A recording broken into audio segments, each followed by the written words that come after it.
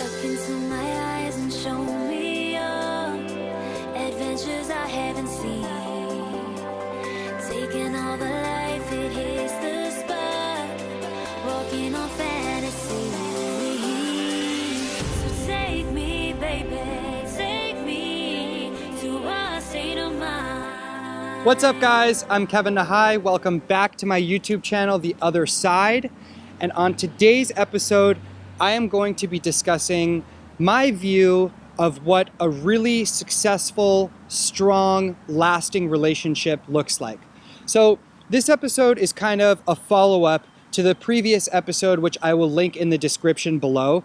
The previous episode is all about millennials and dating and all of the things that are wrong with us when it comes to our view of relationships and how miserable we are because we're not in successful relationships. And what I want to say in this video, I hope, is kind of an antidote to all of those problems so that we can be in really amazing, lasting, joyous relationships. Now, look, full disclosure, I've only been in 3 relationships in my life.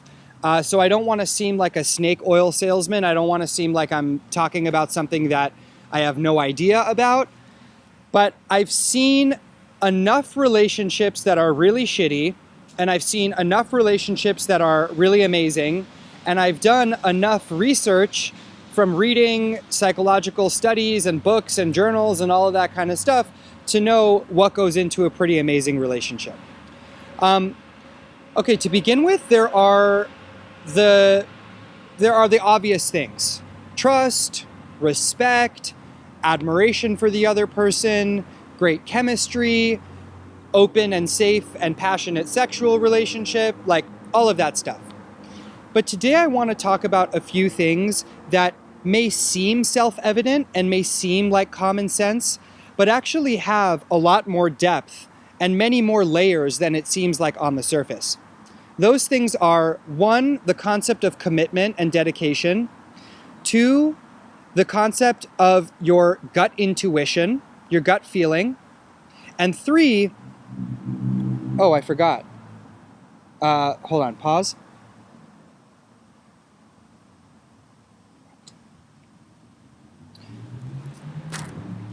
1, oh shit.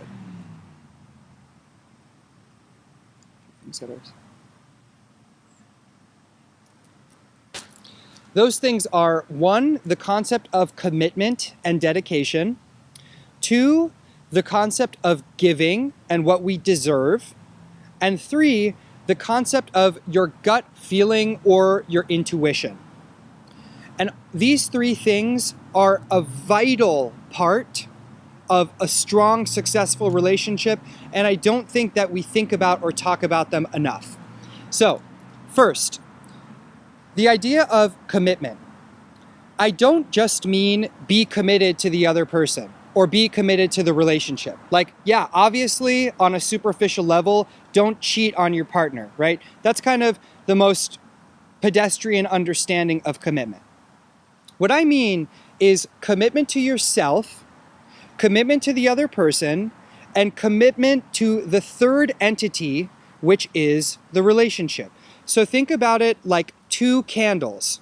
There are 2 flames, and each flame burns bright by itself, but you put them together, and now you create a larger, more beautiful, more brightly burning flame.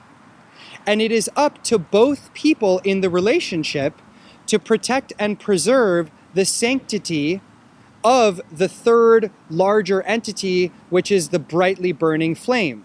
And the way that you do that is you have to be committed to yourself in the sense that you are always improving yourself. You're always trying to become a better, more sensitive, wiser, more compassionate person.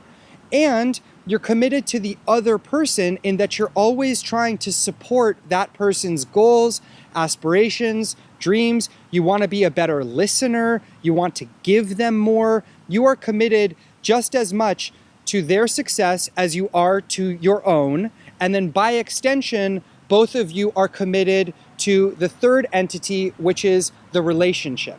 And what that means is that when things get tough, because you have such a deep commitment to bettering yourself, deep commitment to protecting the relationship, and deep commitment to the success of and happiness of the other person, then when shit hits the fan, you just do not throw in the towel. You work through it, you fight tooth and nail to make sure that you guys get to the other side, because you have heavily invested that commitment. Now, of course, that has to be with the right person, right? If you're with someone and your relationship is shitty and they're abusive to you or whatever, just because you've made a commitment, that's a sunk cost. You know, in that case, I would tell you to get the fuck out.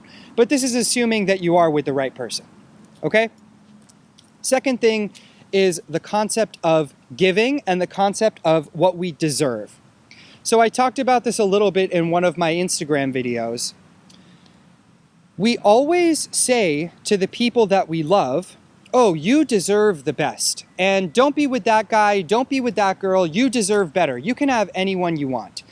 Sorry, no, you can't have anyone you want. And sorry, no, you don't deserve the best. Why? Because you only deserve what you give.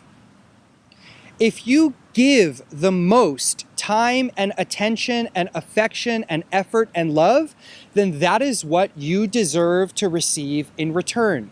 If you only give a small amount of those things, then unfortunately you only deserve to receive a small amount of those things in return. You can't give a shit amount and expect to receive, to be treated like a king or queen, because that relationship is not reciprocal. So in order for a relationship to be long-lasting and joyous and fulfilling and happy, there needs to be a constant level of reciprocation, and it should literally feel like a game of which partner can give more, right? You should almost think in your head that you're competing with your partner to be more giving. And if it's like a ping pong match where you're giving, they're giving, you're giving, they're giving, that just creates the most beautiful, happy, supportive relationship that nobody ever wants to get out of, because they are constantly having their needs met. And that's just the most beautiful way to be in a relationship I can envision. But it only works if it's a two-way street. It only works if both of you are so concerned with giving to the other person that you don't feel like you're alone. And finally, I want to talk about the concept of your gut feeling or your intuition. Listening to your gut and listening to your sense of whether a person is right for you can be very difficult. Some of the ways in which you will know are if being with somebody makes you feel like yourself. If you feel like you can be as crazy or as kooky, as hilarious, as sensitive, as soft, as tender, as whatever you are, as you want with the other person, and you don't have to hold back any aspect of your personality at all, then that's a great indicator that that is the right person for you. That's a great indicator that your intuition is telling you that that's a good match. On the flip side, if being with somebody gives you anxiety or makes you feel like you have to act like someone you're not, or makes you feel like you have to do and say things and be interested in things then you're not, your intuition is going to bubble up and give you this feeling in your chest like something is just not right. Your anxiety is going to start to elevate, and you really need to listen to that anxiety so that you know that you need to get out of that relationship and find someone with whom you're not anxious. Now, obviously, if you've been in a relationship for a long time and you guys get in a fight, you want to preserve the relationship, you don't want to lose the person, so of course you're going to be a little anxious. That's very, very different from 90% of the time feeling at ease and feeling like yourself, and 10% of the time shit comes up which makes you a little bit anxious. That's very, very different from feeling 90% of the time anxious and overwrought and not like yourself, and 10% of the time, basically after you have sex and you have an orgasm, you feel at peace. A lot of relationships have that model where it's mostly anxiety and fighting and not feeling like yourself, and just a little bit of joy and calm and stability. And if that's you, you got to get out of that and find something that is the reverse. Mostly happiness, stability, a baseline of joy, and feeling encouraged and like yourself and feeling supportive. And once in a while, having some issues that make you a little anxious that you need to address. So if you can really dive deep into your commitment and your dedication, if you can be so concerned with how much you give rather than how much you take, how much you receive, and if you can tap into what your intuition is telling you about the other person, then those, I believe, are the keys to being an incredible relationship. And millennials, we can do it too. Please like and comment and subscribe to this channel, and I will see you guys on the next video. Cool. How do you feel? Good. How do you feel? Good. Yeah.